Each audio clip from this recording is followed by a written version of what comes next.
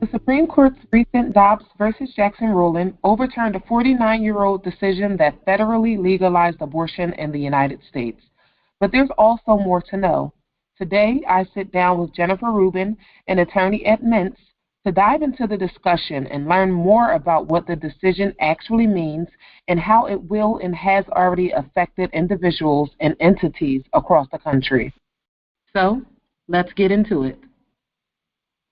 For many Americans, they do understand the part of this ruling that says that the Constitution does not confer any right to abortion. But could you just let us know what else does this truly mean? Sure.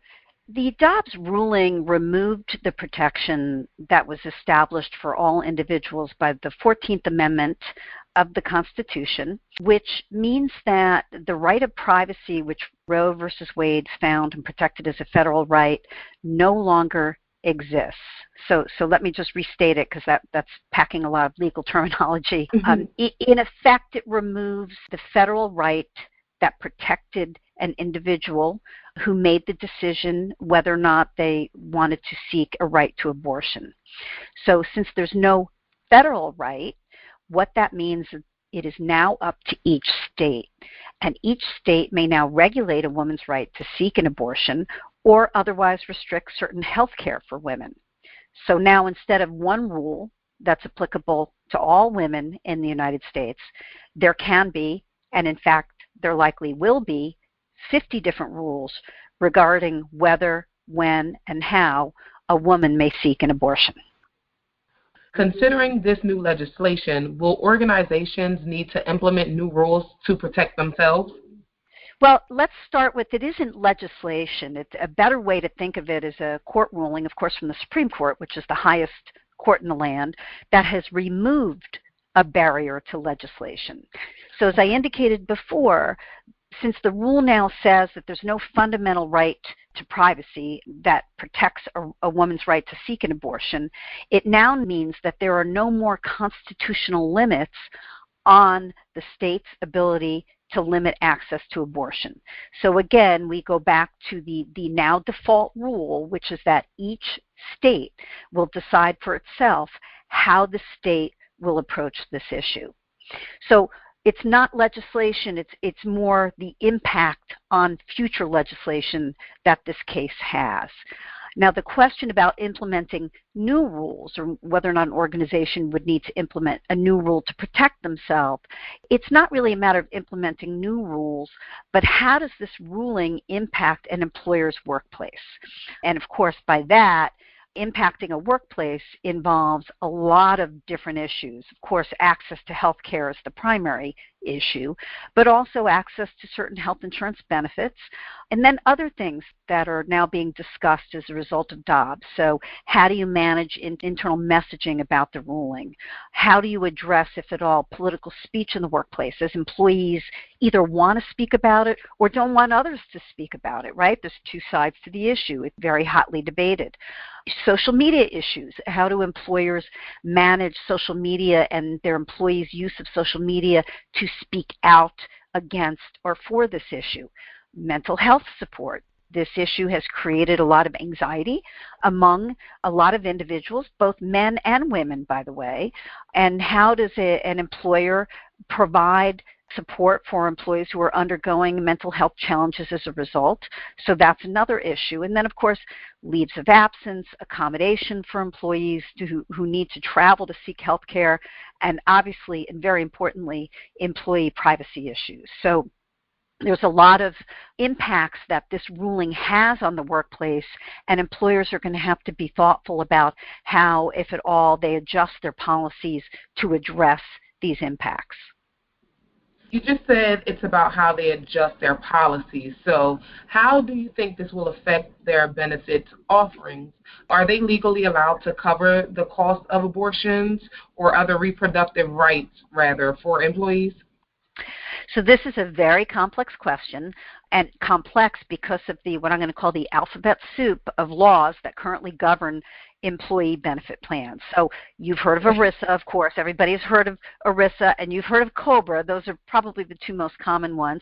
Another acronym that most employers and human resources specialists are aware of is HIPAA, of course, which governs access to information about an individual's health. That doesn't necessarily apply to employers, but it certainly applies to medical providers. The Affordable Care Act, the ACA, is another statute that's impacted by this ruling. And then there's a whole host of other acronyms, the EBHRA, or Accepted Benefit Health Reimbursement Arrangements, and a few other benefit plans like that. So this is a very, very complex area.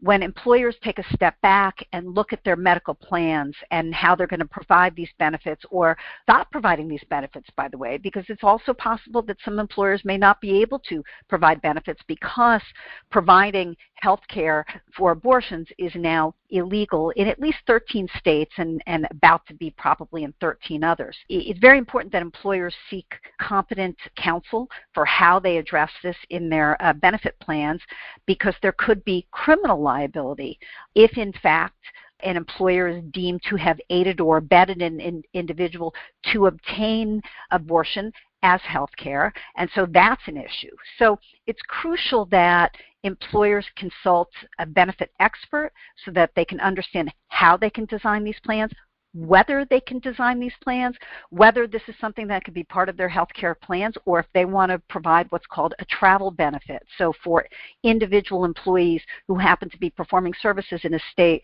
where abortion is now illegal, maybe the employer wants to provide the benefit to those employees of reimbursing the employee's travel, because that is not something that may be available under the health care plan.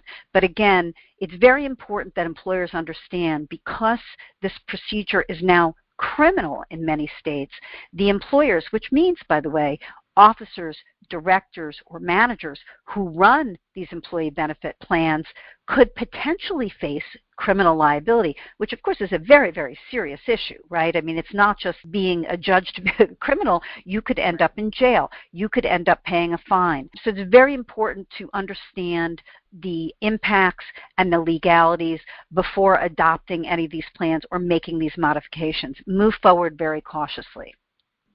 I know that now there may be a lot of organizations and a lot of executives who are essentially scrambling right now to try to figure things out. Do you think that this will affect an organization's desirability? That's a great question, but it's also a really broad question, right? Because what's important to some people who are looking for a job or a career may be entirely unimportant to other people. So it's very hard to judge whether this is an important benefit or aspect to an individual who's performing services for an employer. Businesses are really going to need to decide for themselves whether or not to offer this coverage and under what circumstances, and if that type of coverage will be important to allow access of women employees who are seeking health care. We're still trying to understand the full implications of this decision, but it may have implications, for example, for women who are undergoing IVF procedures, or it may impact a woman's access to Plan B, the morning after pill, which as of now is an over-the-counter medication. But some people think that that pill, or some states may try to ban that pill as well. So these issues are not only significant to these individuals' health care rights, but there may be significant liability issues as well, as I mentioned, for employers.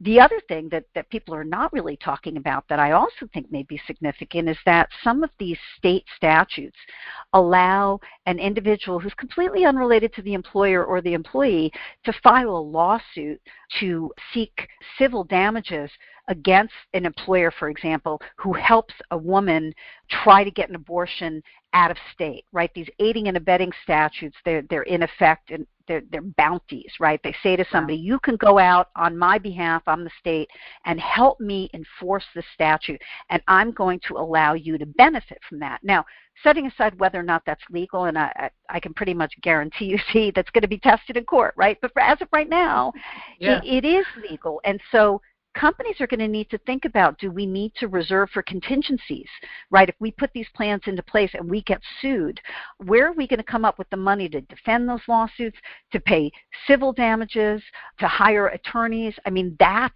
an additional issue that employers are going to need to think about as they begin to address these issues, this outcome from Dobbs. Jen, thank you so much. Everything that you said now, I do believe that this will shed light for a lot of people on what they can expect, not just for themselves, but from organizations that they work for or may want to work for. You definitely cleared a lot of things up for us, and I thank you so much for just taking the time out. I'm happy to provide the information.